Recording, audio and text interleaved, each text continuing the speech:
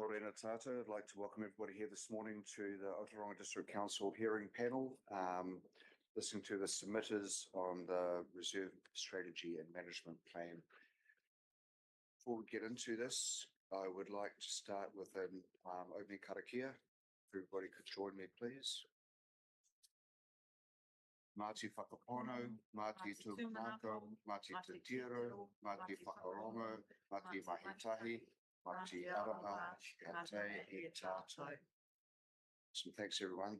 Okay, this morning we do have some apologies, and those apologies from the Community Board, Peter Coventry and Kat Brown-Merrin, and Councillors Steve Hughes, Roy Willison and Roy Johnson. I'd like to move those apologies be accepted. Secondly, Councillor Tamaki, all in favour? Thank you. Are there any councillors that need, or community board members that need to declare a conflict of interest on any of those? Thank you. Nothing there. At this point, I'd like to just hand over to Sandra to introduce what we're up to today. Thank you. Thank you, Your Worship. Tēnā koutou. We're here today to talk about the draft Reserve Strategy and Management Plan, which has been open for consultation from the 1st of November to the 24th of January. During that time, we've had 16 submissions, and 4 of those submitters are wishing to be heard in support of their submissions today. Thank you, Sandra. Yeah, so what we do with the submitters, when you come up and speak, you've got about 5 minutes speaking time, and then we'll have 5 minutes open to the floor to ask questions of you, should there be any questions from the councillors or community board members. So on that note, I'd like to introduce the first submitter on behalf of the Ōtorohanga Museum, Liz Cowan. Welcome, Liz.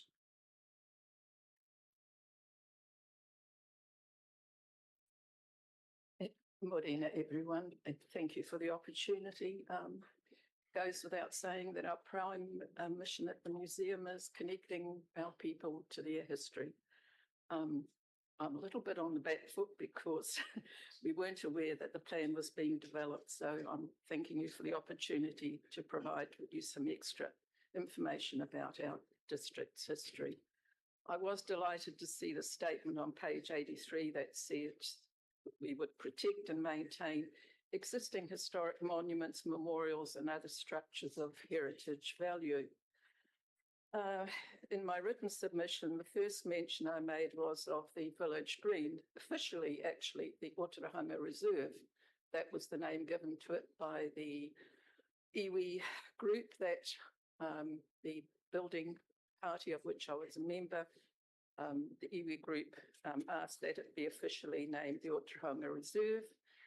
It's a huge visitor attraction and I think a very prominent acknowledgement of Ōtorohanga's Maori heritage, especially with those 2 po that commemorate 8 historical Ngāti Maniapoto leaders, and they were carved by their descendants.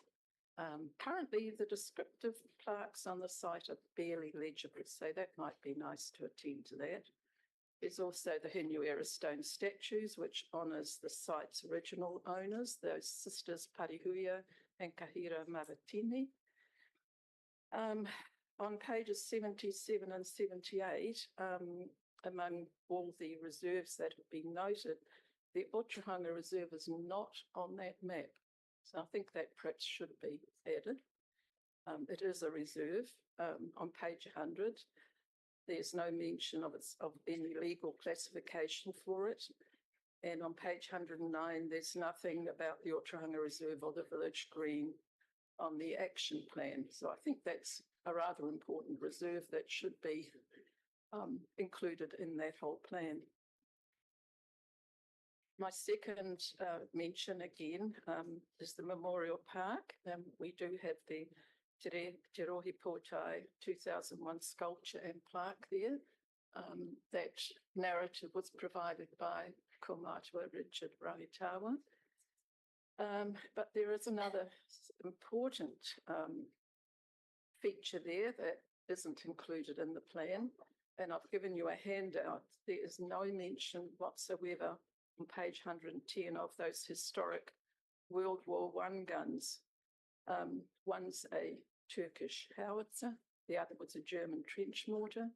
They were both captured in the First World War and presented to the town and district in the 1920s as an acknowledgement of the very significant contribution that Ōtorohanga district made to World War I. If you go to the museum, I've compiled a list of at least 400 men who enlisted. Population of the district at that time was barely 1,500. And out of those 400 men, 100 died. We've also separately listed 68 Ngāti Maniapoto men who enlisted, and a number of them died. So I think, you know, there are linkages that could be established between that memorial park and the museum, between our Anzac displays. I have been asked by visiting historical groups, you know, why the gun that is there isn't being looked after. There's rust on it. The other gun, I believe, is away for some kind of maintenance, but it's been away for a very long time, at least 6 or 7 years, I think. So I think there's opportunities there to strengthen ties with the museum, to tell more of the story. You would know that we've got some very significant Māori heritage and history at the museum. And again, at the museum, we've actually got the largest, the most significant collection of Ngāti Maniapoto artefacts in the district. And that is by agreement with Tēnā Henui.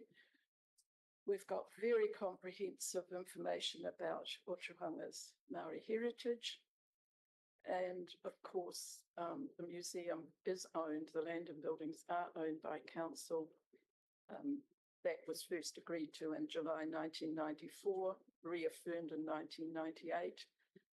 But on page 100, under legal classification, the museum's not included. On page 109, under the action plan, there's no mention. I have found this.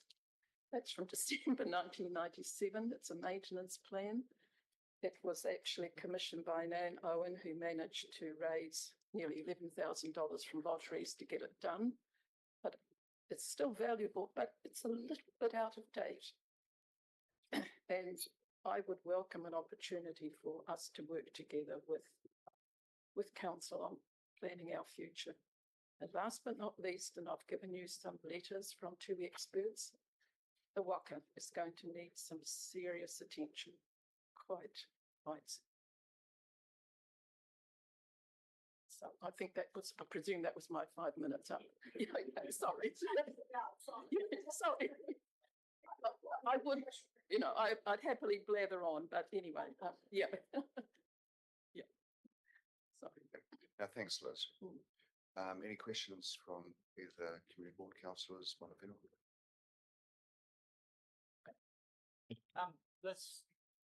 When the consultants did all this reserves management plan, did your group not get asked to?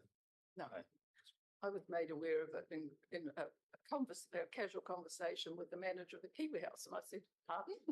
So I did go to, I think I spoke with Ross and Sandra, and they very kindly did come and visit, and there was, you know, the museum has now been drawn in, but there are other areas which I think it is missing, and I do, and in my written submission, I did particularly take exception to the, you know, the comment that there was little of any, yes, there was very, very little of any recognition of Ōtorohanga's Māori heritage. I'll agree, there can always be more, and I'm aware of some other significant sites. I'm discussing one with Tongaroa at the moment, but, you know, we do have some awesome local history, and our cultural advisor is Whaia Peter MacDonald, and our kaumātua is Dr. Tom Roa, who's arguing, and I think that, you know, a leading Ngāti Maniapoto scholar and historian.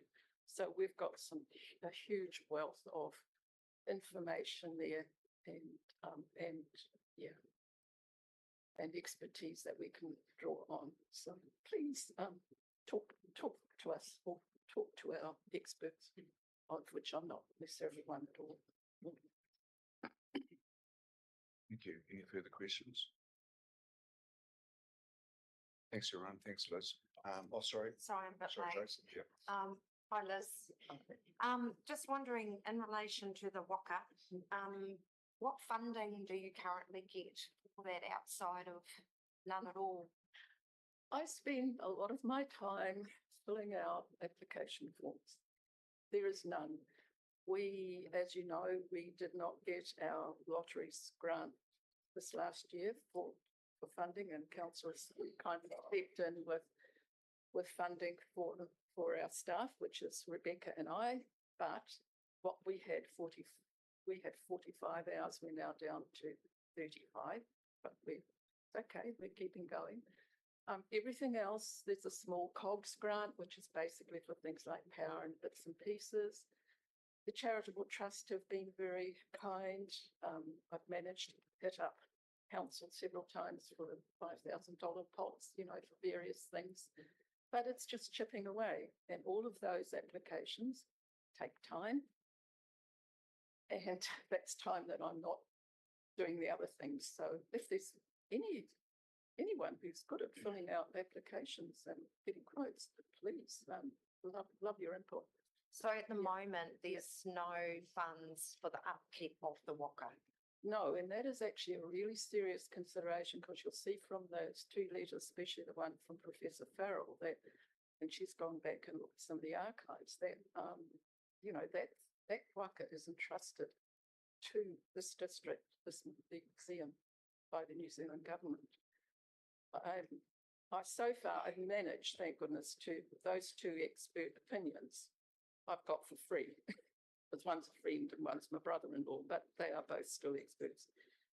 Dilys Johns is, I've made contact with her, and I'm hoping she'll visit free of charge, because, you know, and again, any ideas, but So there's no funding when you said it's entrusted from the government. There's no funding that you can tap into because it's an archaeological. well, Sorry, I'll just stop. We're actually off track of what the submission was on, so. Oh, I thought I mean, it I was on probably- that because yeah, of this. yeah. No? I probably could. I Okay. can come back to you and talk to you another time. But again, I could probably look at that. But that's another huge tranche of work, which is outside. Thanks, Liz. Thank you. Just to all the submitters who are in the room, after this, we've heard all the submissions and gone through the written submissions as well. We'll be going through deliberations. So everybody will hear back as soon as possible. Yeah, through you, Your Worship. So submitters who are here today are welcome to stay and listen to the deliberations, but there will be letters going back out to you to tell you the outcome of those. Just letting everyone know, we have Gary and Charlotte online. Their cameras off, but they're online from Resilio. So they are the ones that have helped us put the plan together, but I just wanted you to know that they are also in the room. Thank you. Thanks, Liz.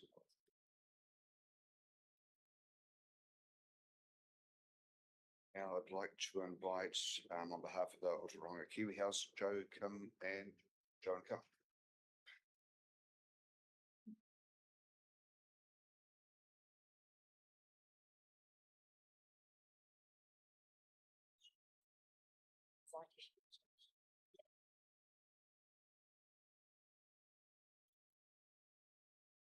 Bless you.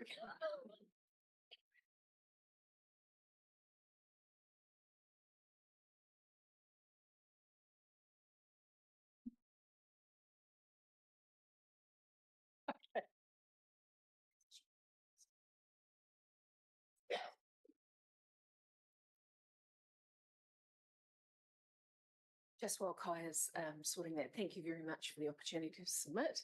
Unfortunately, Robbie Neha, who was joining with us today, has had a tangihanga, and so he's sent his thoughts and his aroha to this group while you make some big decisions. Cool.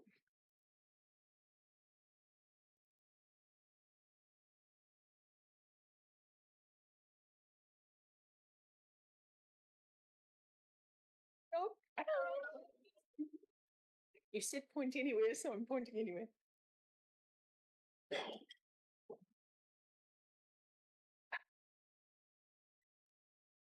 So I thought I'd talk to start with a little bit about the existing issues that we see around the domain itself. It's great because the domain is in really good use, and it's fantastic to see 180 players plus supporters on a summer soccer evening, 160 players plus supporters on a Friday night netball game.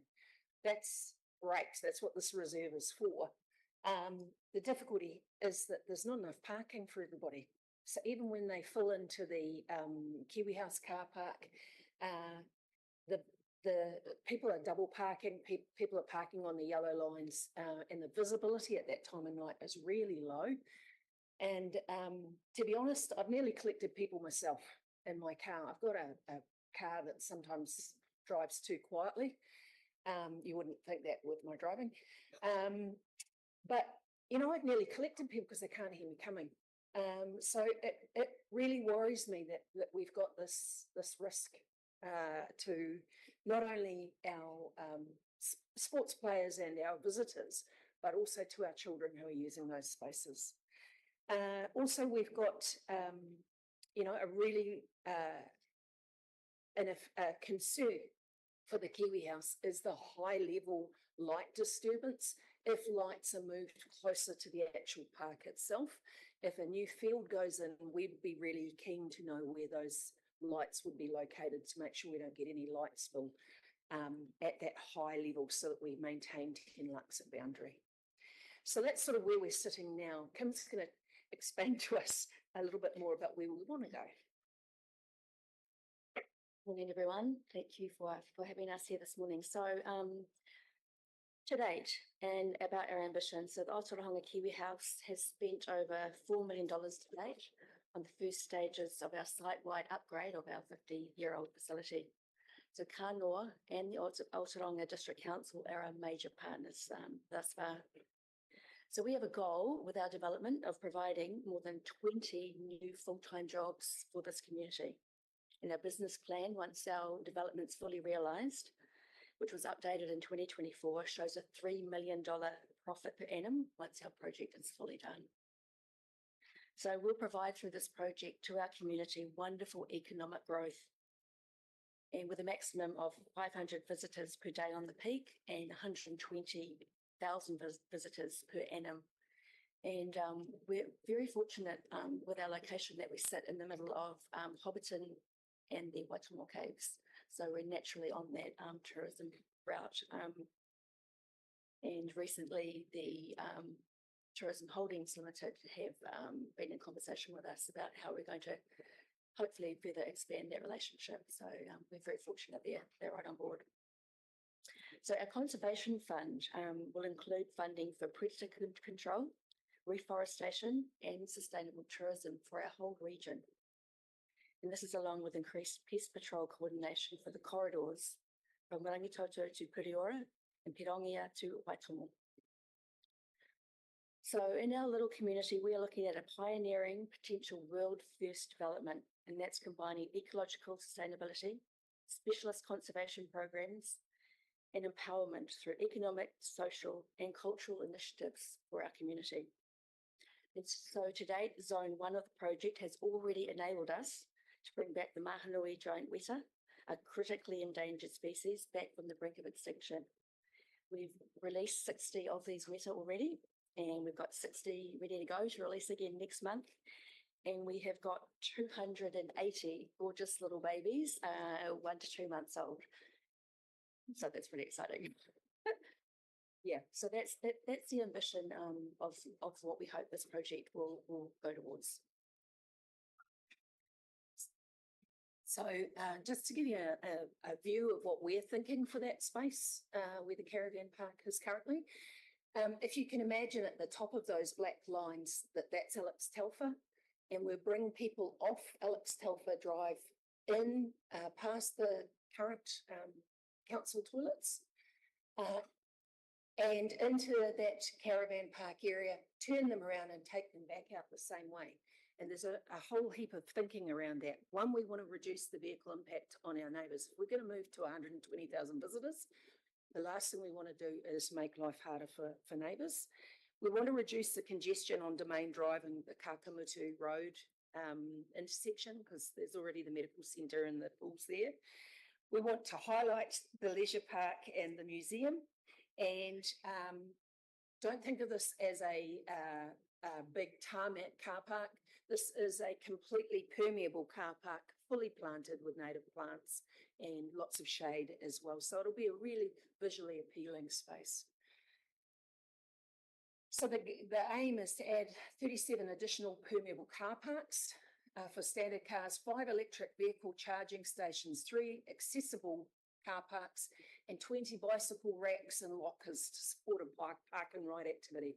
And I note from the Forest and Bird submission and the wider thinking of the Parks and Reserves work that moving towards a lower carbon economy is really huge. This is part of getting further down that direction. Hopefully we can get some of our visitors staying in town and riding out to Waitomo and back. Solar panels on an all-weather walkway, and really key for us is to collect all the overland water from the 2.5 hectares within the main park. That's currently. We're just about there. Is it 5 each? 5 minutes each? Nice try, Kim. Separate submissions? No? Okay. So we can either talk to the end of your 10 minutes without time for questions, or Let's do that. Yep. So the overland water collection is to actually collect all the runoff, so it doesn't go onto the Domain Sports Ground. And hopefully that will make that situation a little bit easier for them.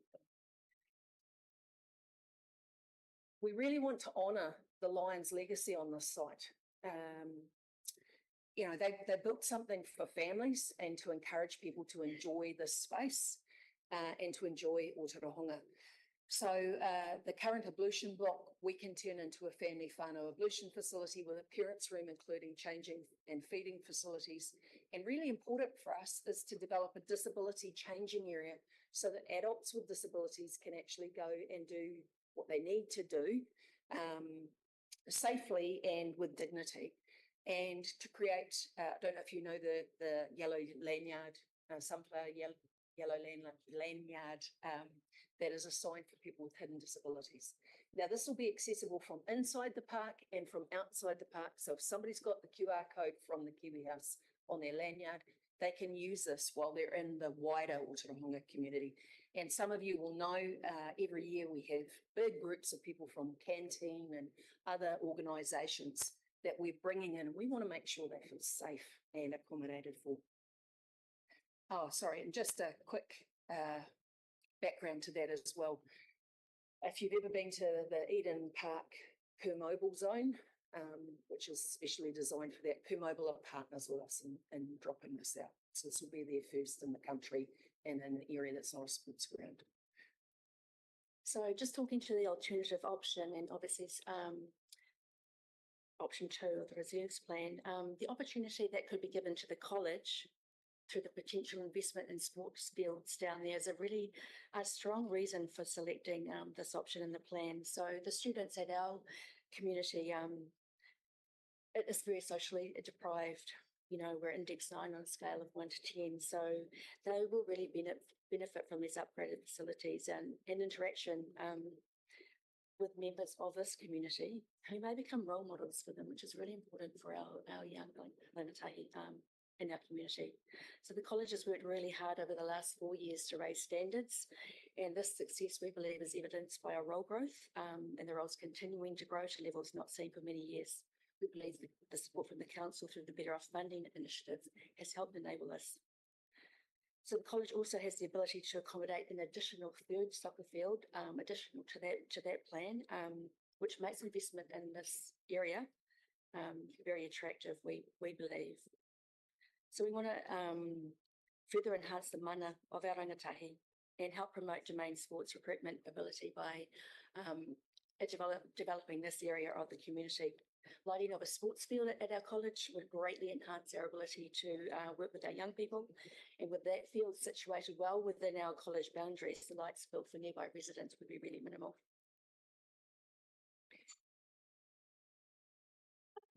Dead on. Can I read that? Yeah. Excellent.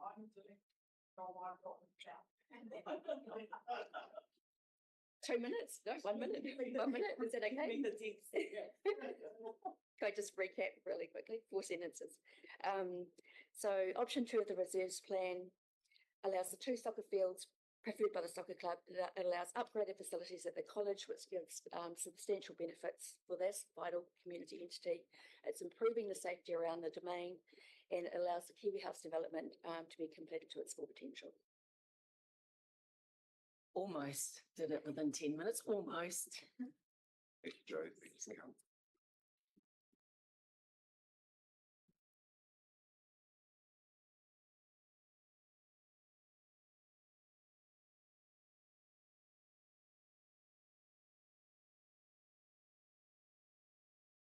Now I'd like to invite the next submitter, which is David Bailey on behalf of the Ōtorohanga Domain Sports and Football Club.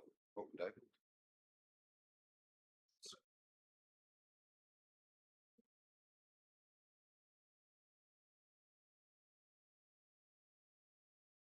Good morning, Your Worship, Tanya and councillors. Thanks for the opportunity to speak today. I'm David Bailey and represent the Ōtorohanga Domains Sports Association, the Ōtorohanga Football Club and Cricket as president.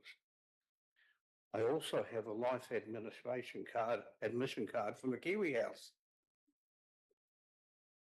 And I do visit with family. So it's great to have that opportunity. Cricket has been played on the Ōtorohanga Domain since 1923 and football since 1962. I've been fortunate to play and involved in those sports for over 60 years. Indeed, I was playing cricket one day against Ruapehu when they were burning all the ground to put the deer park in. And sad to say, the smoke obscured the cricket ball when I got out. Well, that was the reason anyway, but that shows association with it. It's a wonderful sporting area, both for players, spectators, and our community. And if any of you have been down there on a Thursday night, you'd see that. We've also organised community events, fun run sports events, and quite a few other things using the facilities. Football is a growing membership, both in winter and summer. We've got an increasing population, and a lot of those have different ethnic backgrounds to what we've been used to, and a lot of them play football. We need 2 full-size fields for winter, just like the Island Reserve have for rugby. The extra ground area would also enable 4 summer soccer fields.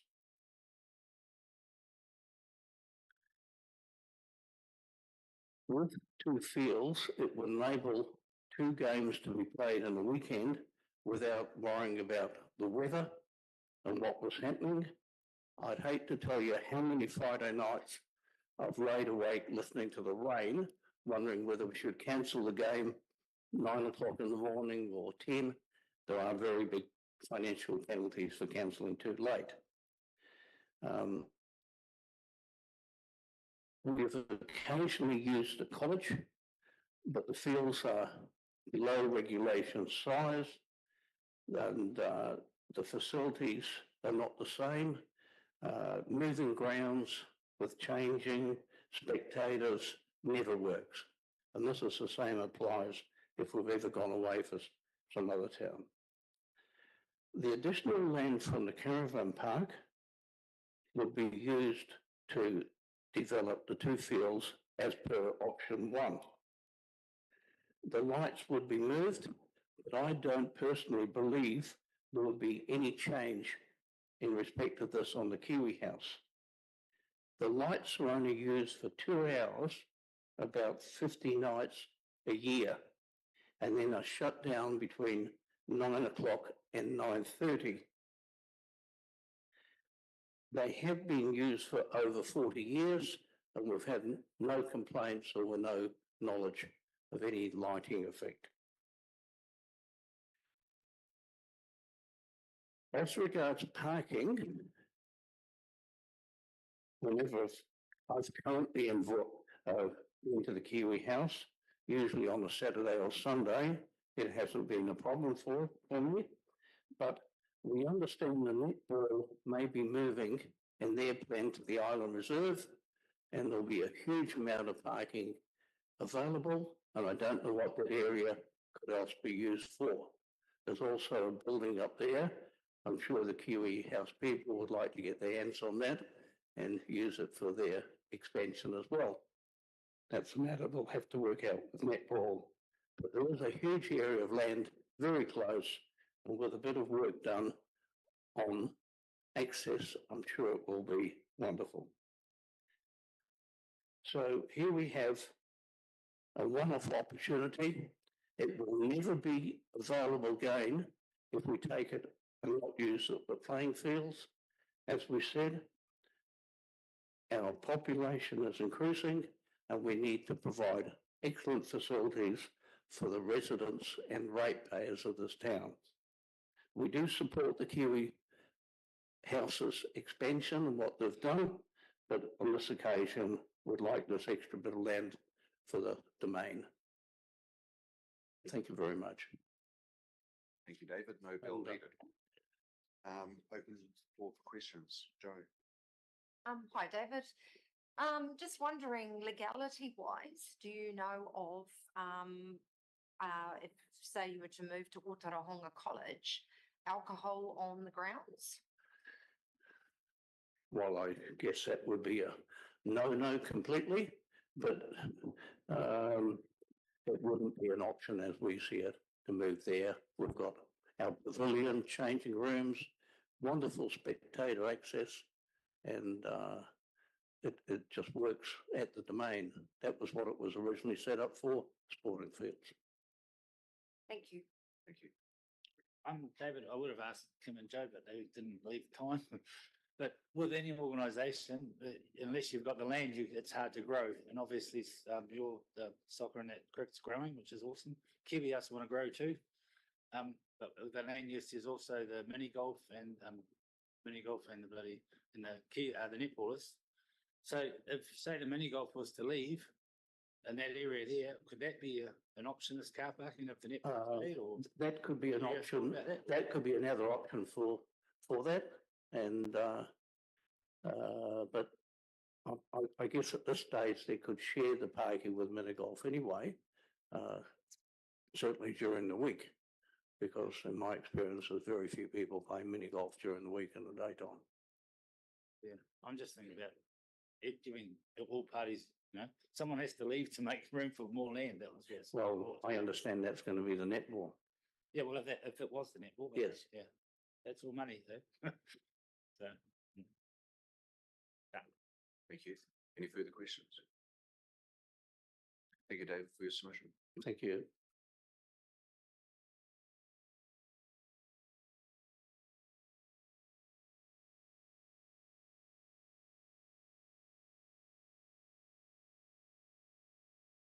And to welcome our final submitter who wishes to be heard today from Royal Forest and Bird Protection Society of New Zealand, Elvisa.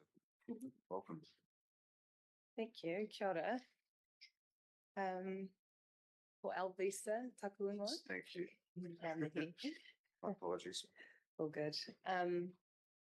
So Forest and Bird have been working hard to push policymakers to put nature first, or at least implement policies and plans that actively protect what Indigenous biodiversity remains, but also improve and expand habitats.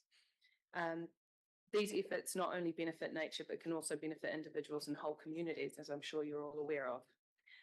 I'd like to acknowledge that for the majority of the strategy and plan, there are some massive wins for nature and some really great planning that invite visitors of certain spaces to be more engaged with the unique species that live there, and bonus brownie points for incorporating interconnectivity between spaces to encourage safe, active transport and the beautiful blue-green network within the strategy.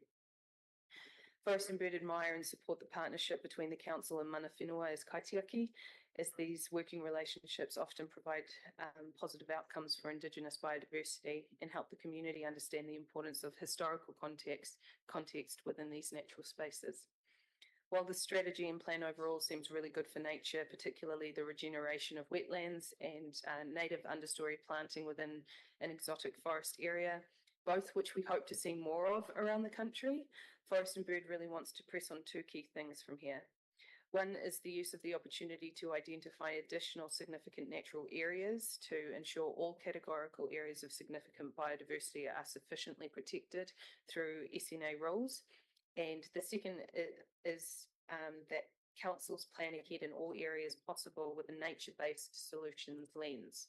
Nature-based solutions are actions that use natural processes and ecosystems to address environmental and social issues, which you will have seen more about in my submission. But we want to stress that all natural-based solutions elements to the management plan require sustainability in mind, things like ongoing maintenance of planting, because we've seen time and time again that councils do these huge planting projects but don't do releasing or weed control, and those projects often fall over, and consequently the biodiversity and climate resilience outcomes become void. It's a huge waste of money. Effective maintenance of nature-based solutions could save council money, resources and times in other areas such as traditional stormwater infrastructure while working towards the biodiversity, climate and social goals. Huge thanks to the officers, Andy and any other community stakeholders who have developed this quite aspirational strategy and plan. Happy to answer any questions. Awesome, thank you. Any questions? Obviously, you've done a good job. Thank you. Appreciate your time. Ngā mihi.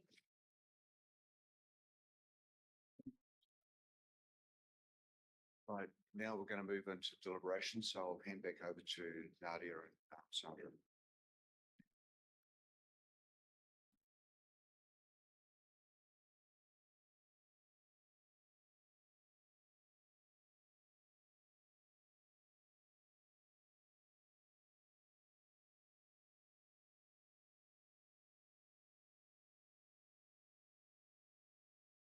Okay, so everyone should have a list of the full submissions that were made. So we're going to go through all the submissions, including the people that we've just heard from and the people that did online or written submissions. Yep, see if there's any further questions.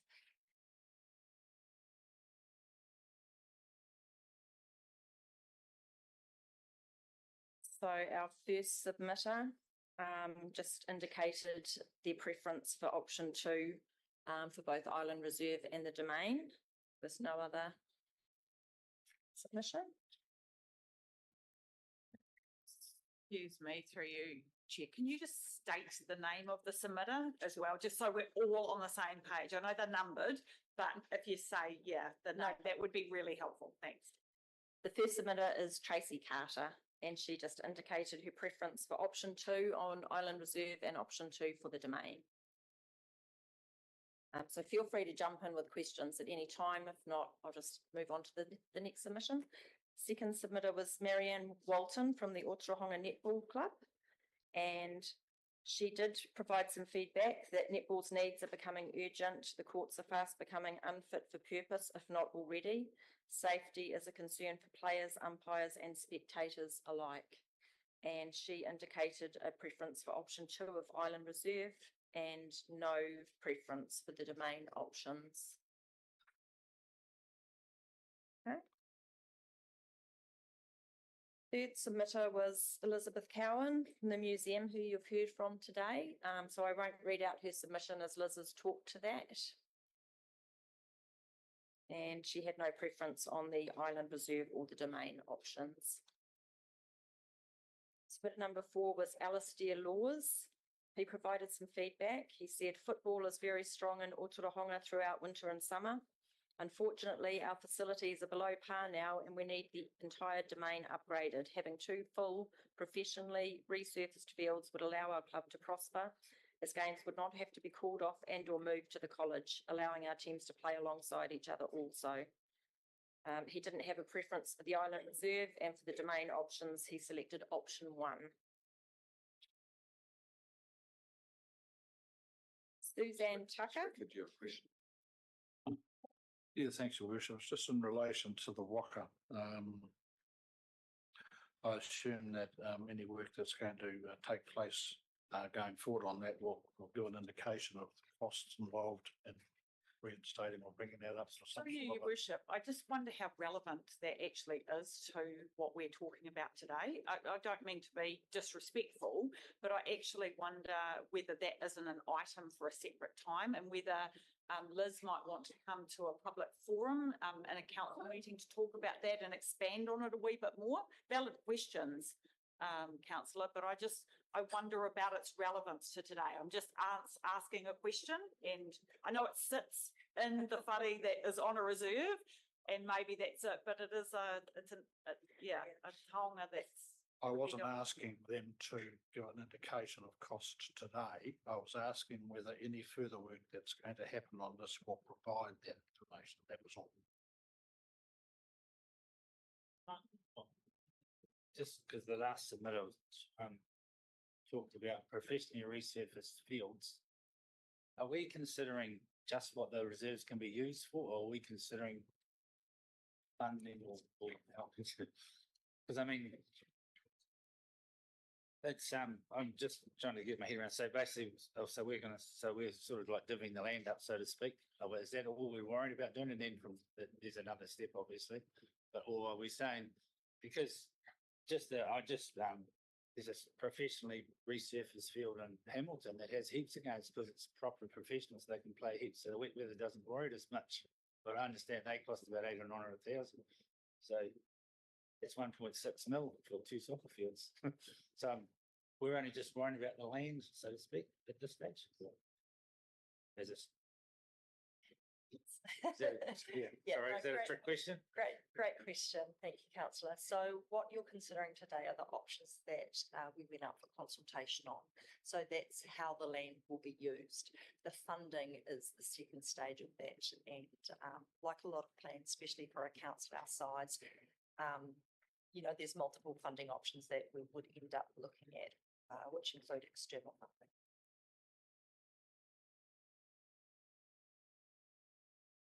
If I can maybe elaborate on Councillor Jeffrey's question while we're here.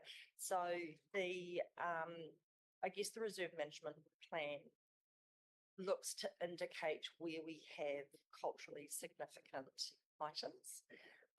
What Elizabeth has presented after her submission was more information about a particular project, and so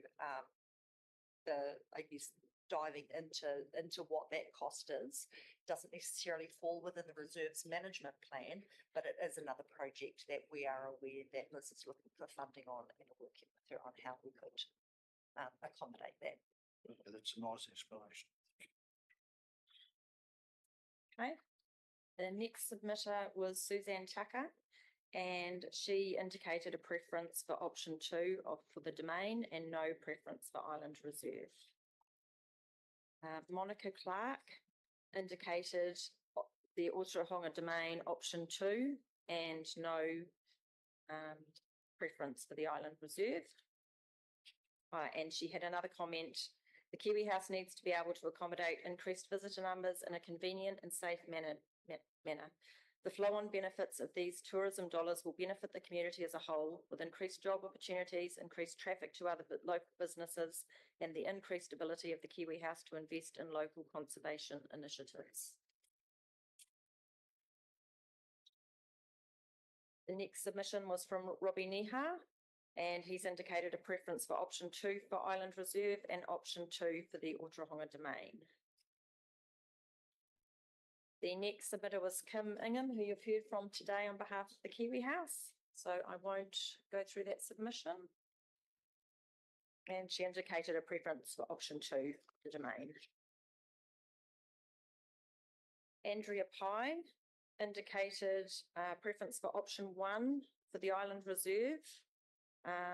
That's the only submission that did select option 1 for Island Reserve, and the Ōtorohanga Domain option 2.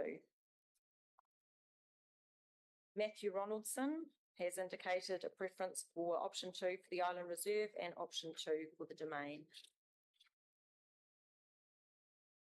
Carly Michelle Hill has put a comment, the Kiwi House needs extra parking during the tourist season. Extra parking around the Kiwi House means that there are less tourist vehicles lining the roads, which is both a people and vehicle use hazard. And Carly has indicated option 2 for Island Reserve and option 2 for the domain. The next submitter was Heather Taylor, and Heather's put some feedback. Ōtorohanga Township lacks a well-fenced dog exercise area. Also, the number of loose dogs that come out of their properties when walking throughout the township can make lead walking an issue at times, making a safe off-lead area a real priority for dog owners. The fencing in the current area at the end of Te Ara or Waiwaia is substandard and wouldn't keep most dogs in. A good example of a really great dog area is Marlborough District Council, and she's put a web reference link in there. A smaller version of something like this would allow dog owners a peace of mind in a secure and safe off-lead area, or at the very least fence the current area well and mow it so dogs can actually exercise. Grass that is knee-high is not conducive to allowing a dog to run, play, fetch, etc. A well-exercised dog is a happy dog. A well-exercised dog benefits from better health, physical and mental, better socialisation, and usually less behavioural problems. The benefits don't stop with your dog. The act of exercising your dog is great for both your mental and physical health also. I would really like to see council make a well-fenced, safe, secure dog exercise area a priority for the town. And Heather did not indicate a preference for Island Reserve or the Ōtorohanga Domain. Where is that reserve? It's Never down heard by of the it. college where the old dump was. Oh, Waipa Esplanade, yeah. I googled it and still couldn't find it, so. Very close to. Ah, the walkway, yeah. The next submitter was Joanna Russell from the Kiwi House, who you've heard from today, so I won't go through that submission, and Jo has indicated option 2 for the domain options. And followed by Alvisa van der Leyden from Forest and Bird, who you heard from shortly.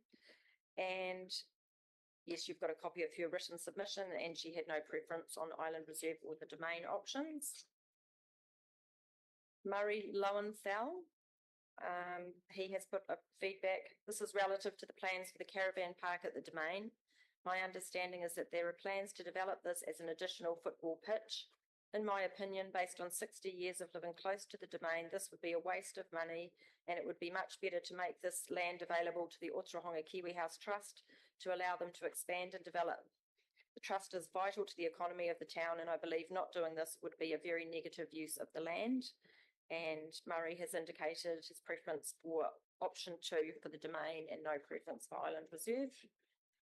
And the last submission is from David Bailey, who you've heard from today as well. And David has indicated his preference for option 1 for the Ōtorohanga Domain, and you've got his supporting written submission. And that brings us to the end of all of the submissions. Does anyone have any questions on any of those?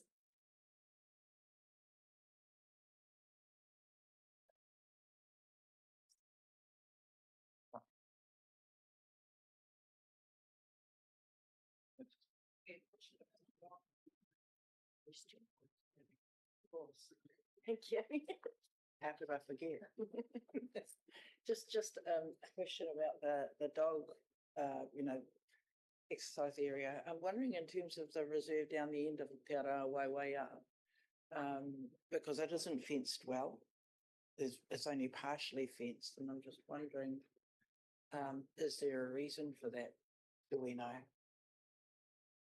There is, in the reserves management plan, there is an action to fence the dog area, to fence that area. So that is actually already covered in the plan.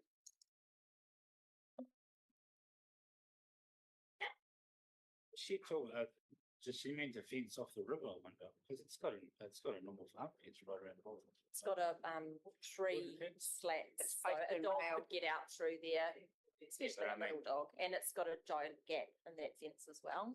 Our dog, you've got a deer fence to keep it, so is that the sort of fencing? But, you know, you should be able to control your dog a little bit, call it back, you know. Yeah. Anyway. But if you've got them running off lead, I guess you don't want them just to keep on running You just out of pull the them. area. Yes. So before you and for your, right, yeah. So before you and for your consideration is to make a recommendation to council on which options within the plan that you would like to recommend. Alongside that, we do have some additional commentary that have been requested that we can talk you through as well, such as the extra items of cultural significance, how we might deal with that, including the guns. Yeah. Okay. So maybe if we start with the options and then we can go through some of the other recommendations. Okay, it's still waiting, isn't it? Yep. Still in your hands.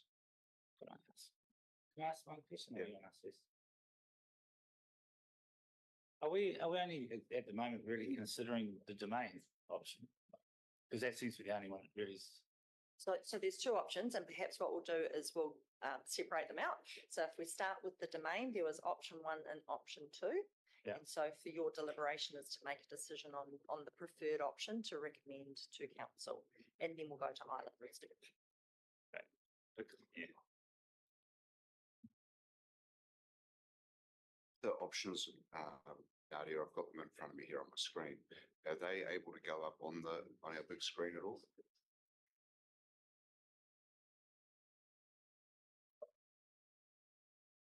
Yeah, the spreadsheet. Are you wanting that? Well, I'm just, you know, like you've got option 1 and option 2. Yeah, but are you wanting the pictures or are you Oh, just no, wanting no. the description? Pictures. Pictures, Yeah, lovely. okay. Time out. Yeah. I want picture.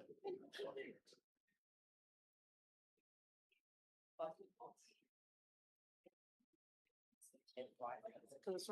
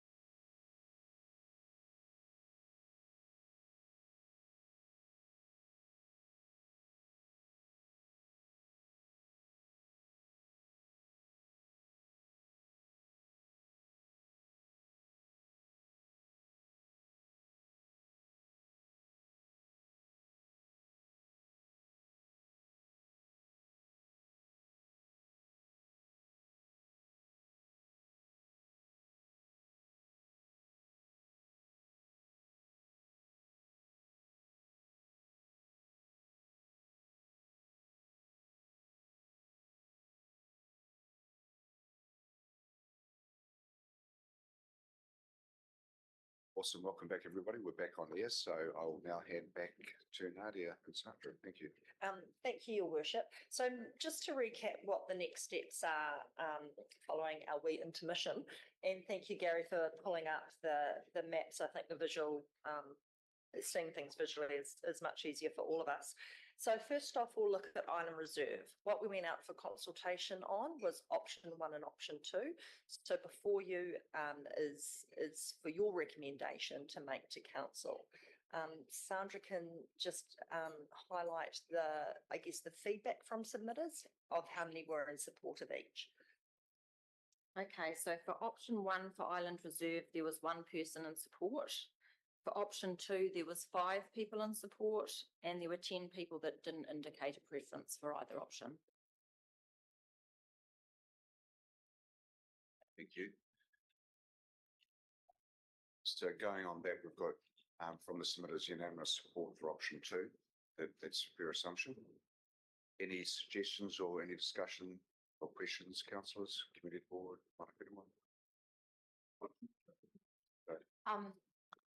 Yes, I'm just wondering with option 2 being sort of unanimous at this stage. I like both option 1 and 2. The only thing I would like is maybe just making sure that the community is okay with getting rid of the grandstand, because that's what that option entails. Am I right? Am I looking at it right? Yes, option 2 did Yep. require getting rid of the grandstand. Option 1, it remains. Yeah. So I like both options, but yeah, that would be my only little concern.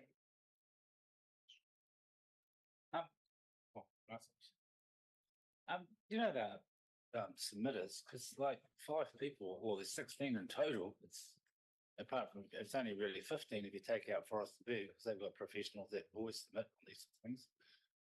I could find 10 people that would, don't want to get rid of the grandstand and go back to option 1. So is it normal to have such low submission numbers? Like, well, no one's really, I know they've had the opportunity to comment, but they comment to you sort of in the street and, but they don't actually get down and, I don't know how you drag them to do that, but probably if you put out for submissions, option 2 is going to be $1,000 a year more on your rates than option 1, then you might get more.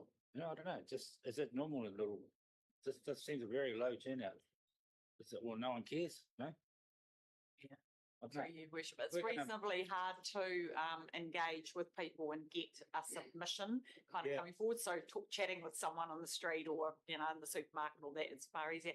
And I guess when we come to these days and deliberations and that, we rely on we consider the submissions in front of us, but we rely on you being in the community. You are an elected member, and so we rely on you having that kind of knowledge as well in order to form your own position on something.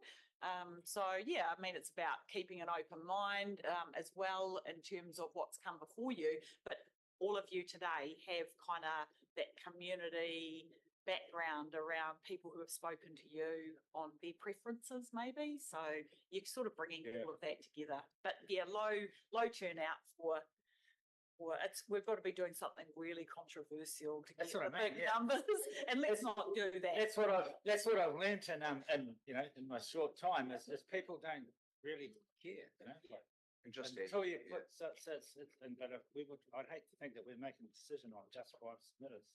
Yeah.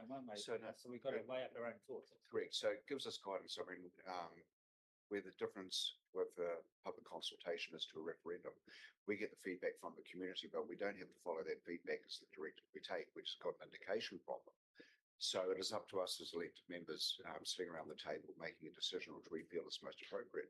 Like we could all be sitting here go, hey, we do love option 2, but really do we want to lose the grandstand? And that could be the bigger part that plays in our mind, and we decide that is not suitable for that very reason. Can I ask a question? How much upkeep is required for the grandstand? Sorry, Chair. Might put Jared on the spot. One. I'm sorry. Oh, thanks, Jared.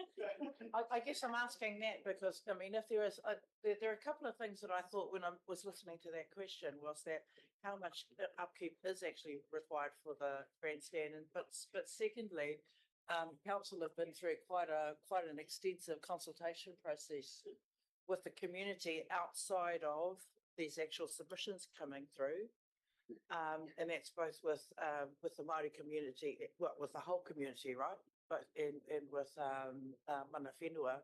And so people have had an opportunity outside of the actual submissions process to listen to what's being proposed and what potentially was possible. So while there might only be a minimal number of submitters that have actually submitted for today's hearings, there's been quite a lot of consultation along the way. And now I'll let you answer the question about how much upkeep.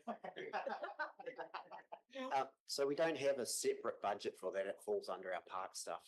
But we work well with the sports club down there. They do a lot of basic maintenance themselves, which we don't see the costings of that. But I know just from 3 or 4 years ago, a total repaint, you're looking at around 30 to 35,000 now, just the way it's things. So we're going to need one of those about every 8 or 9 years just to keep upkeep.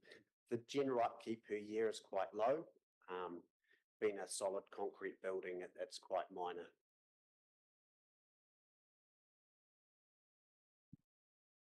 Thank you, Jared. Oh. Thank you. And saying that. Sorry, John, so Councillor Lynch is Thank you. So I guess Victoria and Gary, yeah, agreeing on the amount of consultation for a non-netball playing family. We're heavy rugby players, but not netball players. And so when the options are saying things about decommissioning the netball courts, is that something that when somebody starts to actually do that, there will be a huge uproar? Are we accepting that there is a general agreement that that's an outcome in the future from the people who have been interested and have commented? And on the netball in particular, there's an indication of urgency around it. And this is a strategy, it's a long-term thing. So are there items that have relevance but are not able to be considered in a strategy? I suppose to answer that briefly, I suppose the question then is, do you fast track certain aspects of it? You know, the strategy here with these, I'll let you guys answer this in terms of delivery of it.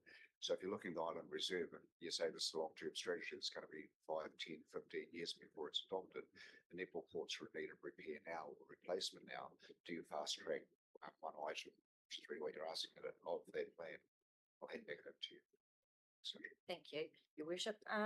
I would say to that, firstly, that netball are the drivers behind decommissioning their current courts and saying they're not appropriate, they're not safe, being on a slope and all that sort of thing. And the options that we've got for Island Reserve can be staged, so you don't have to do the whole thing at once. You could do a staged approach and say, if you prioritise that netball was the highest priority, that would be the first thing to happen on there. Thank you. Joe?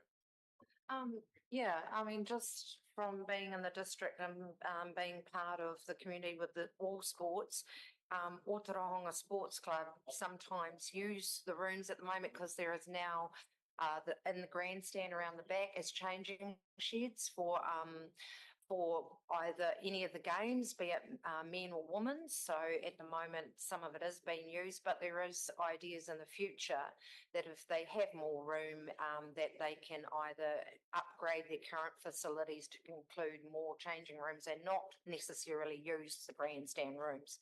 Then with netball, the same thing. There's been extensive through Robbie with Sports Waikato and taking the whole of the sports within Ōtorohanga community come together that wanted to be and listen, and all the clubs, and there's been extensive meetings about before netball decided that their place was of no use anymore. It is very dangerous. We only got, when I say we, Just knowing netball, I'm not on the committee, but they only got 5 years out of what was meant to be a 10-year resurface, and it was the cheapest that they could afford, and that's now well and truly gone because underneath it was substandard to start with. And we have water runoff. There is water runoff from the paddock next door, which I think is council, but I could be wrong. And that's fine. It's a paddock that gets grazed, and it runs off down onto the court. So, yeah, it's just not there anymore. If you look at netball all around the country, they're on a flat surface, no stairs like there to watch or anything, and with a club room. So that's where that is. Thanks.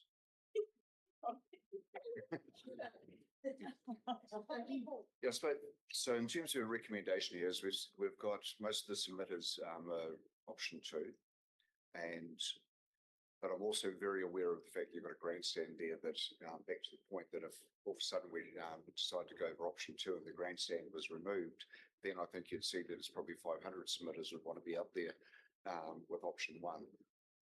So I'll just ask Tanya in terms of recommendation if we follow through, do we want to show of hands on something like this or what would be normal practice?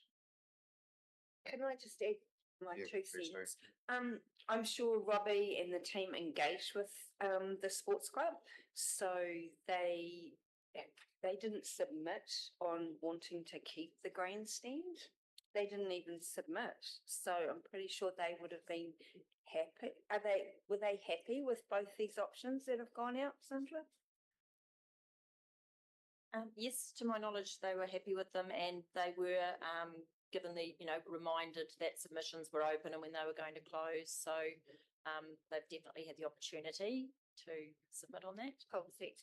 And if we staged it like the netball, like, because option 2 for me is awesome because it's got that 8, the area that can be, because netball needs a warm up area too.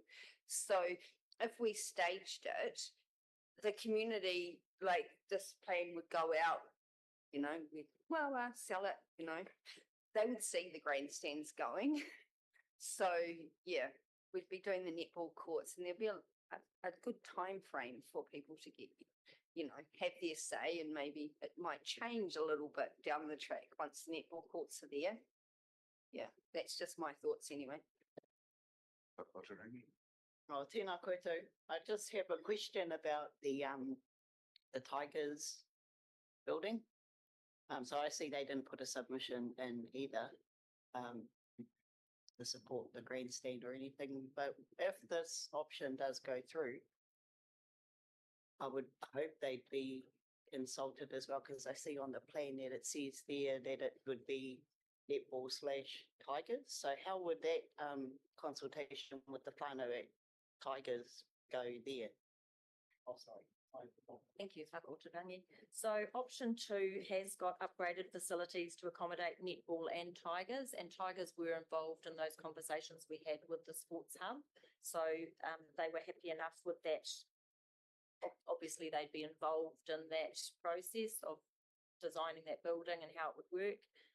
But yes, both options will accommodate. One leaves the Tigers building as it is, and the other one does a new facility that will incorporate the Tigers. A shared facility. Yes. Rodney? Oh, option 2, as I said, it's got no parking. So we've already got a problem with the domain with no parking.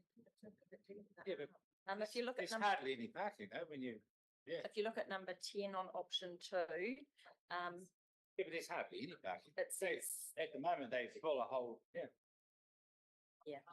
And that was the people from the sports club that I talked to. They said, there's no parking since. So they're option 1 with one. Let Sandra answer that. Yeah. I'm sorry, the plan says enhanced parking for approximately 220 cars. And that's the items number 10. So you can see there's several number 10s around by the Tigers. There's a 10 around by the Must be little cars. and the original parking. So redesigning the parking areas. Yeah, and that can accommodate 220 cars. I think someone's done their maths wrong there, so that would need to be checked. I think. Victoria? Yeah, so, sorry, again about the grandstand, what happens if it's decommissioned? How does that work? How does that happen? Like pulled down and wrecking ball or what? It's a genuine question, you know? No, that grandstand was originally moved here from somewhere else. There was originally a different grandstand, so I guess there is, if someone wanted it, there's the possibility they could relocate it. It's probably prohibitive, eh? The other thing, it's probably more a statement than anything, is that whichever option we end up with, it's got to be future-proof, right? And if it means future-proofing for the long game, for actually it's the next generation, it's not us. Next generations, it's not us around this table, and we go with that one.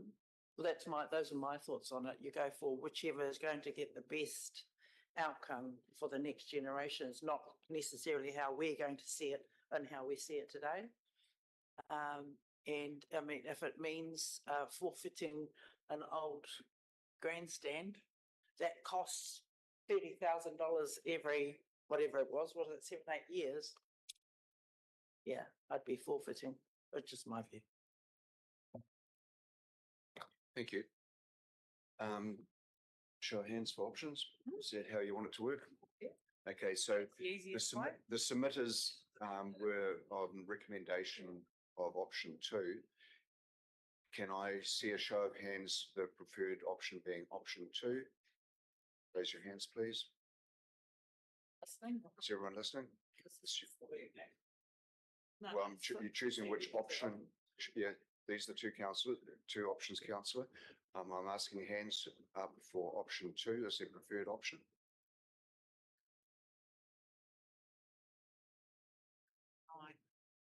And I don't think we need to get a show of hands for option 1, so option 2.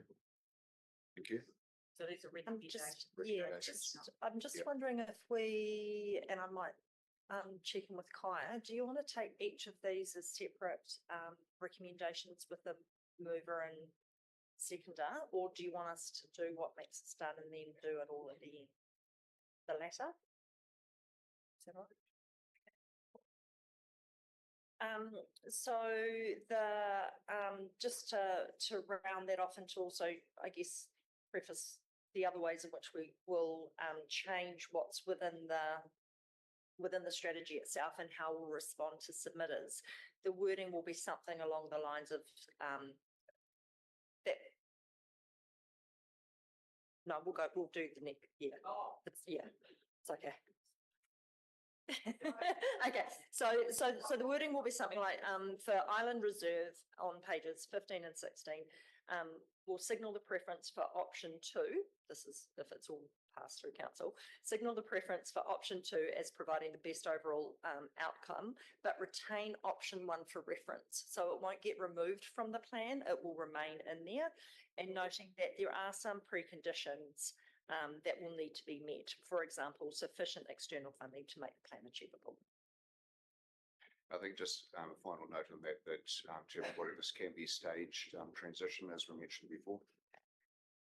Yeah. Okay. So the next option that was out for consultation was the domain.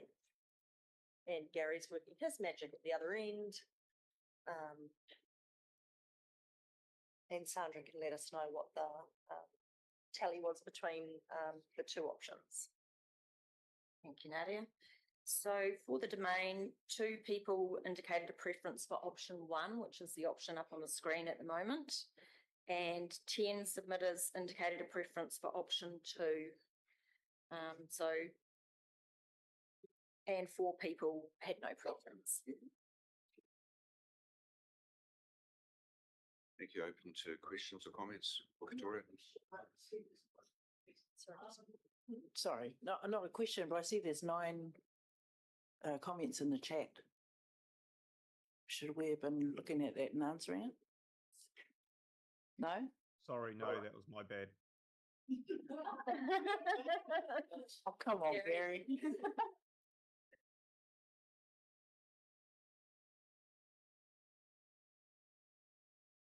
And, in the plan, what was, now there's no netball there as such. What was happening with that area? Because there's nothing I can see. Netball's showing up the very top, the existing netball courts. Yeah, but both of them are decommissioned, but there's no, what's happening with that land now? No. There's no netball as such. So that's right. So it's not mentioned in the strategy, but that is open to interpretation. If netball courts moved down there, then it could be open for parking for a Kiwi house or domain.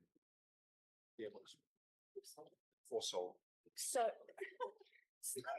I'm glad you didn't push your button, Tanya. So with what Rodney's just said, and the netball courts, we've just agreed, you know, for the own reserve, should we not be mocking up maybe a different option? Because that would be ample and awesome parking for the Kiwi house.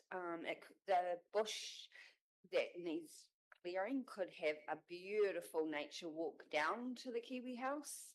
It would probably, yeah. I just think maybe we should be jigging both the plans. It's not a black and white option 1 and 2 anymore. Can I comment on that? Please do. The decommissioning of the netball court, as I understand it, was initially requested by the netball kind of community and supported by a lot of the council staff and other community members. The uncertainty around the cost of the netball court and the timing of the decommissioning meant that we left it as a little bit of a to be determined kind of what to happen with the decommissioned netball courts. So, but it actually sits within the domain Rotary Park and Bob Horsfall Reserve concept design section on page number 29. So it doesn't appear on pages 20 and 21 as part of the options for the Ōtorohanga domain, as it wasn't seen as a contingency for either of those options. Just to clarify, so it wasn't seen as a contingency because of the timing? Because of its relative location. So the understanding was that if the netball court became available for a nature reserve or for a car park, that's great, but it didn't necessarily determine the outcome for either option 1 or option 2 for the domain itself.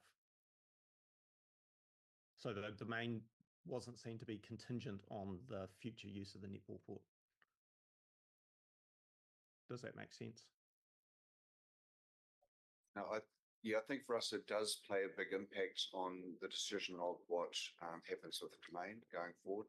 So we're talking about some aspects of this, the decisions being made, and slowing decisions down if need be. Yeah, so I've just got a note passed to me, which is kind of relevant to this. We don't have to make a decision on the usage of the domain in this, how we doing?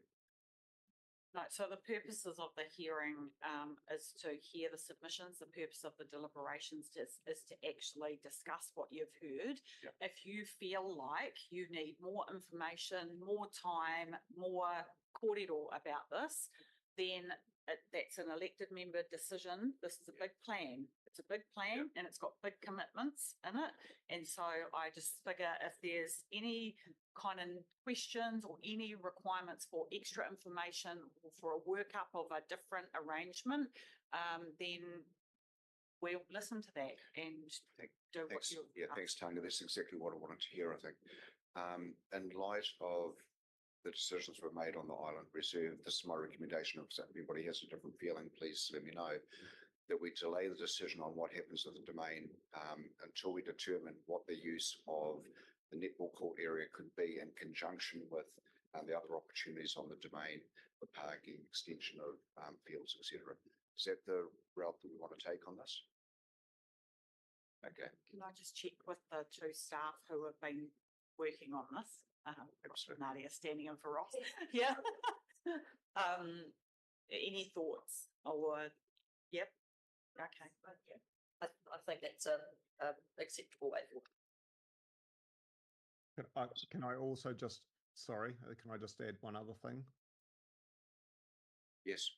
I think the ability of the school to accommodate additional fields is obviously as a massive contingency for option two, or sorry, for option one, option two for the reserve, sorry, because obviously if the Kiwi House gets the car park in area number 4 there, then there's no ability for the sports fields to increase their size. So that's dependent on the school being able to accommodate the sports fields, which is obviously a big unknown question also. Thanks for that. Yeah, I think we need a lot more information here and decisions to be made on the use of the domain going forward. Cool. I guess if we're entering into any agreement with another, particularly government-funded organisation like a school, there is quite a lot of bureaucracy, in my experience, that needs to go in around co-management. It's not impossible.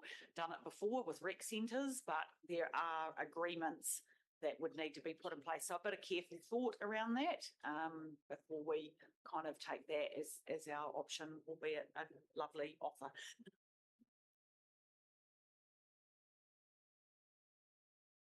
Thank you. Lovely, thank you. So if we can just come back to some of the other items that were raised that were outside the two options that were in the consultation, and how we may either reword the document itself or how we might respond to the submitters. Okay, so perhaps if we start with Heather Taylor, her submission about the dog exercise area, that is already included in the plan on page 36 and 109. So our recommendation would be that we go back to the submitter, referring her to those pages in the plan. I'm not sure, but you could probably also add in, maybe check with Tanya, that the community board is actually looking into a more enclosed dog agility area down in that dog reserve too. Right. Okay.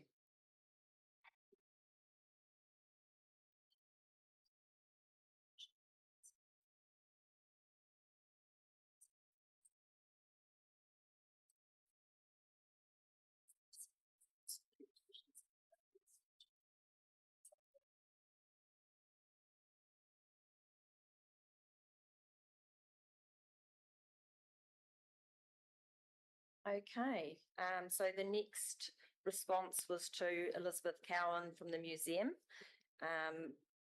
Reword the sentence that Liz mentioned in her submission.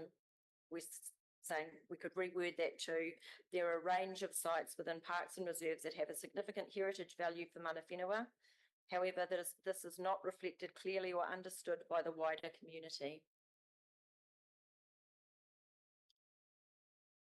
And in addition to that, using what do you call it? Icons to signal the items of significance that this is mentioned on the network plan.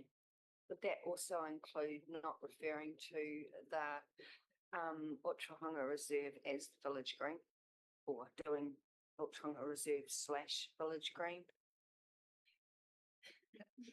Yeah. So that one was a separate item. So currently within the reserves management, but we can still talk about it within the reserves management plan. That hasn't been signalled at all, but we will add that in.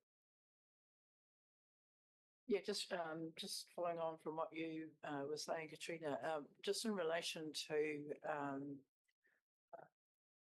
Ōrahiri, the Island Reserve, I know there was a bit of discussion around the naming, and if you're talking about naming around the Village Green / Ōtorohanga Reserve, I'm not sure why it's not sitting in this conversation as well in terms of the name of Ōrahiri, because that is the original name of that whole area there, and there's quite a significant amount of history down there in the Island Reserve area at the time of the river diversion, and prior to that, river diversion and people being made homeless down there, a kuia being stranded in what ended up being an island, hence Island Reserve, and not having a way out of that space. And so, I'm just, I guess, giving some context in terms of why we should be, or why we should consider the naming and this naming of the reserves in this space, not just for one. If we're going to do it for one, we should be doing it for all of them, taking into consideration the naming and renaming or additional naming for all of the reserves, if that's appropriate. Just remember, so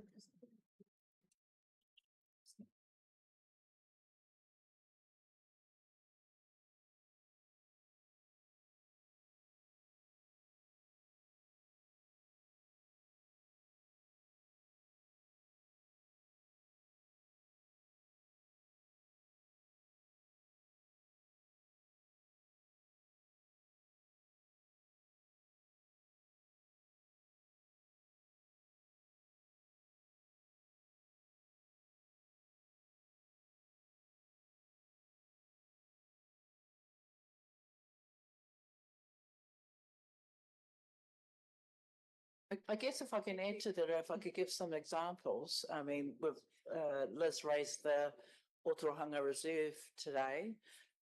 There's the Island Reserve in terms of Ōrahiri, the original name in there, which means welcome. Then there is Kākāmutu in terms of what you were suggesting, Katrina, for the potential to have storyboards up there telling the history. And I don't know, Joe, whether or not that's been included in the plan for the Kiwi House.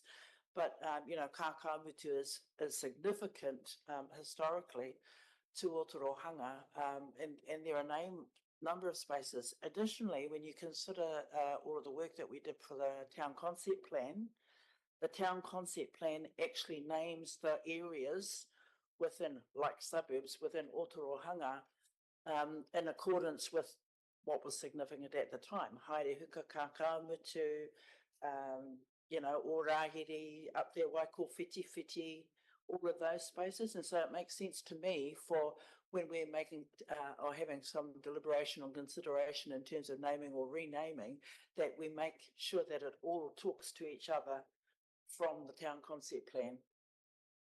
Kapai? Right. So if I can just talk to that, and thank you for giving me some time to just confirm something with Sandra. I wondered if there was actually activity or an action within this that talked about naming protocols and things like that. Now there isn't. So my suggestion going forward as a recommendation from this committee to council is that's another action that's included within this, to look at naming across all the reserves. I don't know what regulations or like the legal names of things when they're gazetted. I don't know how that works with reserves. I'm looking hopelessly at someone else. So I think that's a project within itself that I think would be a good recommendation from this committee to council. Thank you. Tēnā koutou anō. Just my thoughts on the renaming of spaces in our area, considering, I mean, let's be honest, when we get tourists here, they come to see Māori culture.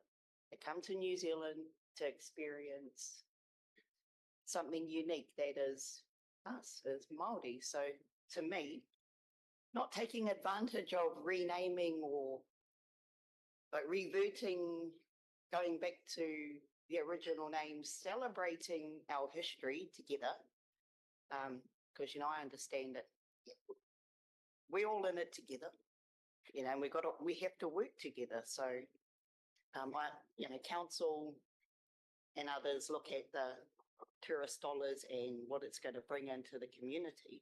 So for me, why can't we partner with that ideology to do with our culture? Because then it would be beneficial for all that live here.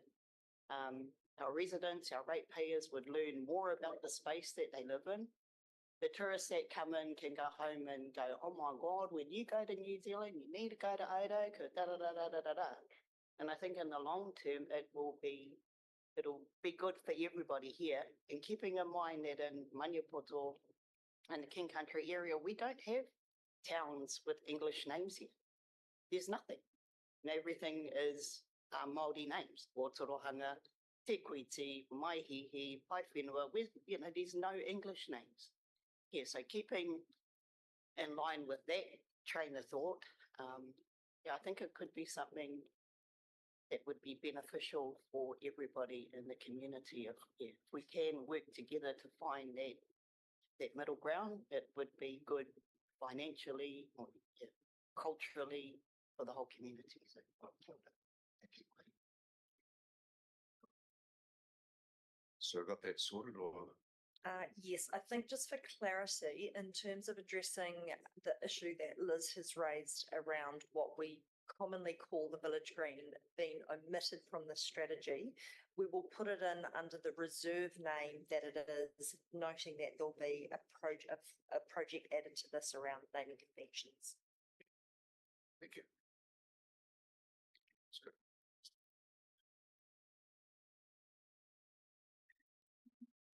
Okay, so the next one that we had is quite a meaty one. It's the Forest and Bird submission.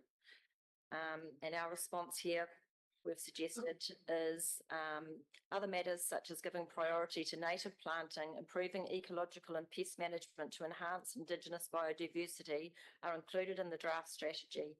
However, significantly increasing the nature extent of what is already proposed will need to be considered as part of a future long-term plan process, given additional resourcing requirements. Right. And then in relation to the significant natural areas that were referred to in the Forest and Bird submission, none of the parks and reserves covered by the draft strategy currently meet the criteria for significant natural areas. Consideration of SNARs across the district will be part of the forthcoming district plan review.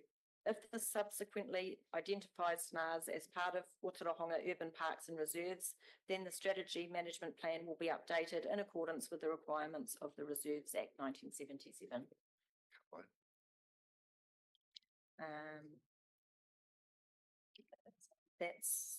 That's the only ones that we had. Thank you. So we're at the recommendation stage, which is a totally different recommendation to what is. Yep.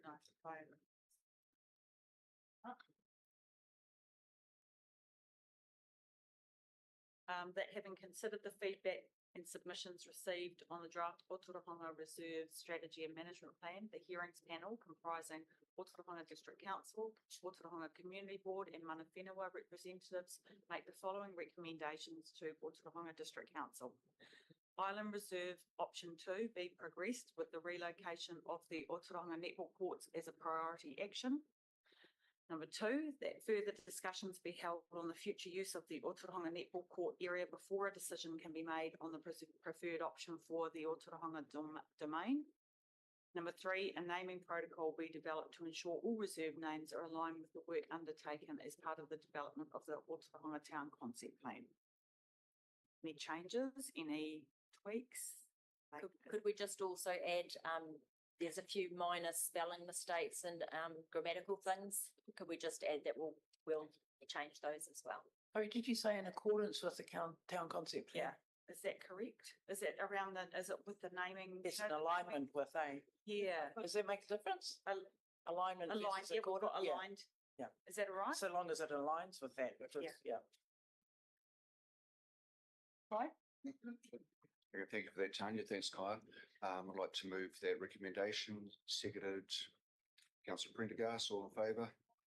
It's carried. Thank you, everyone. Thank you, Sandra. Thank you, Nadia. And thanks everybody for tuning up today to listen.